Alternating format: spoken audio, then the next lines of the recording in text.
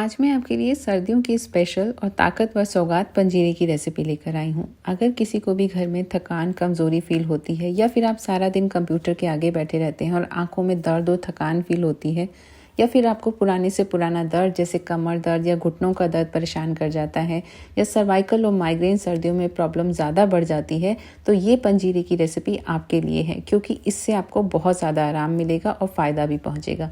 तो चलिए जल्दी से बनाना शुरू करते हैं। इसे बनाने के लिए मैंने यहाँ पर 1 कप में देसी घी ले लिया है। वेट में नापेंगे तो ये 150 ग्राम देसी घी है और कप से नापेंगे तो 3/4 कप है। इसी में से हम थोड़ा थोड़ा घी इस रेसिपी में यूज़ करेंगे। सबसे पहले मैंने यहाँ पर कढ़ाई में 1 बड़ा चम्मच देसी घी डाल दिया है। अब इसमें हम आधा कप बादाम डाल देंगे और इनको लो टू मीडियम फ्लेम पर हल्का सा फ्राई कर लेंगे।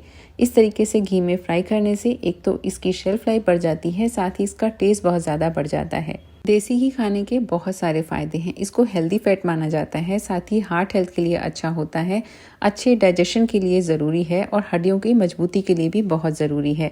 और बादाम भी हमारे लिए बहुत फ़ायदेमंद होते हैं। ये हमारी स्किन को स्मूथ रखते हैं, यानी अगर आपकी स्किन ड्राई है तो आपको बादाम ज़रूर खाने चाहिए। उससे आपकी स्किन एकदम सॉफ्ट और स्मूथ हो जाएगी। इससे याददाश्त तेज होती है, साथ ही आपके डाइजेस्टिव सिस्टम को भी बेहतर करते हैं। और इसके साथ ही हम इसमें यहाँ पर 1/4 कप काजू डाल देंगे। अब हम काजू को भी इसी तरीके से हल्का सा फ्राई कर लेंगे। काजू खाने से बोन्स की ग्रोथ बहुत अच्छे से होती है, साथ ही जो माइंड है वो काफ़ी शार्पन यानी बहुत तेज हो जाता है। बच्चों को काजू ज़रूर देने चाहिए, साथ ही डाइजेस्टिव सिस्टम सही रहता है और शुगर लेवल को भी कंट्रोल करता है। इन दोनों को ही हमने हल्का सा फ्राई कर लिया है, तो बस अब हम इन्हें निकाल लेंगे। अब हम इसमें थोड़ा सा घी और डाल देंगे, क्योंकि गोंद को फ्राई करने में आपको थोड़ा सा घी ज़्यादा चाहिए होता है। अब इसमें हम आधी गोंद डाल देंगे। सारी गोंद आप एक बारी में ना डालें, क्योंकि गोंद को फ्राई होने में थोड़ा सा टाइम ज़्यादा लगता है और इसे घी की ज़रूरत रहती है, इसलिए इसे लगातार चलाते रहेंगे।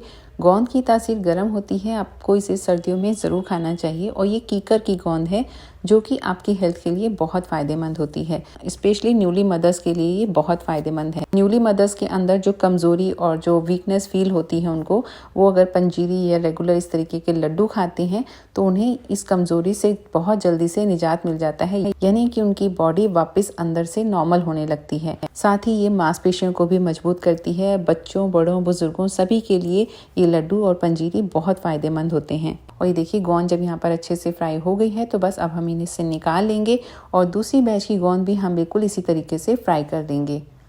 और यहाँ पर ये दूसरे बैच की भी गोंद फ्राई हो गई है, तो बस अब हम इसे भी निकाल लेंगे। और अब इसी बचे हुए घी में मैं यहाँ पर 1/4 कप तरबूज के बीज यानी कि वाटरमेलन सीड्स डाल दूंगी और इनको भी हल्का सा बस रोस्ट कर लेंगे। और ये बहुत जल्दी रोस्ट हो जाते हैं। और साथ ही किशमिश को भी हमें ज़्यादा रोस्ट नहीं करना होता है, तो इसलिए हमने किशमिश भी इसी के साथ ही डाल दी है और इन दोनों को ही बस थोड़ी देर के लिए रोस्ट करेंगे। बस आप ध्यान रखें कि गैस का फ्लेम आपको लो टू मीडियम ही रखना है। जो तरबूज के बीज यानी कि जो वाटरमेलन सीड्स हैं, वो हार्ट हेल्थ के लिए बहुत अच्छे होते हैं, साथ ही इम्यून सिस्टम के लिए बहुत अच्छे होते हैं, हड्डियों को मजबूत करते हैं।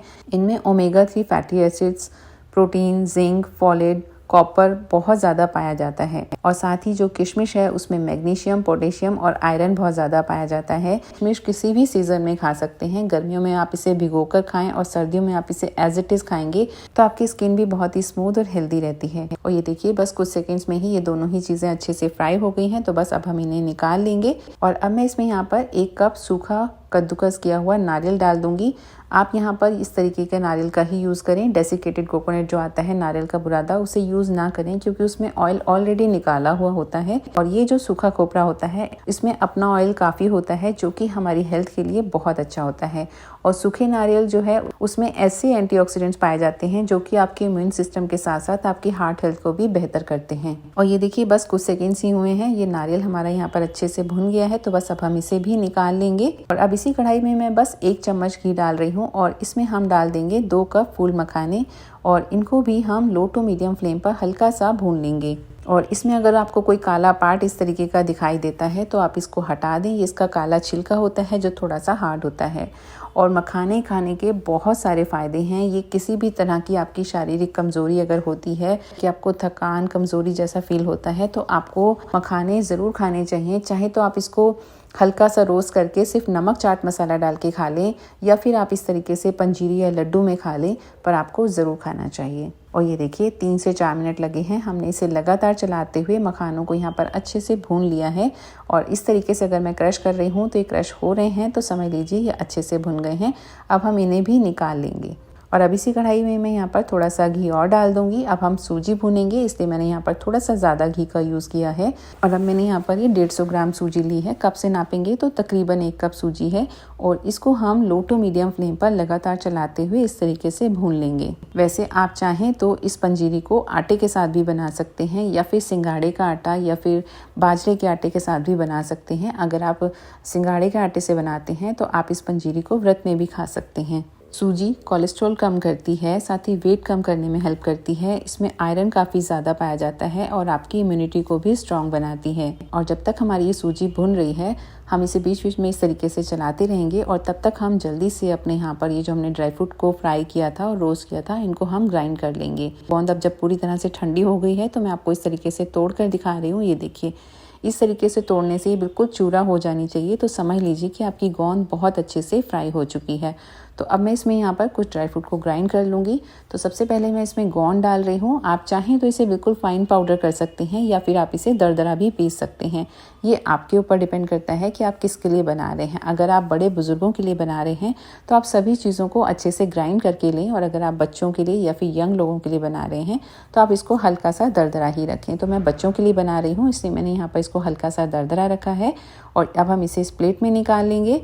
और इसी तरीके से हम नारियल को भी पल्स पर ग्राइंड कर रहे हैं। अगर आपको दरदरा रखना है तो आप इसे सिर्फ पल्स पर 2 से 3 बार ही चलाएं। और अगर आपको ग्राइंड करना है तो आप इसे थोड़ा सा ज़्यादा ग्राइंड कर सकते हैं। और ये देखिए, हमने यहाँ पर नारियल को भी इसी तरीके से हल्का सा पल्स पर ग्राइंड कर लिया है।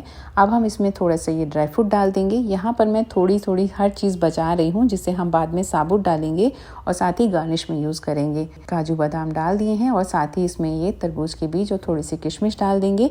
और इनको भी हम पल्स पर ही ग्राइंड कर लेंगे। ये देखिए, बिल्कुल पाउडर नहीं किया है, थोड़े से इस तरीके से ये दरदरे से ही हैं। और अब हम इन्हें भी इस प्लेट में निकाल लेंगे। और अब यहाँ पर मैंने मखाने डाल दिए हैं। मखानों को भी हम पल्स पर 2 बार ग्राइंड करेंगे।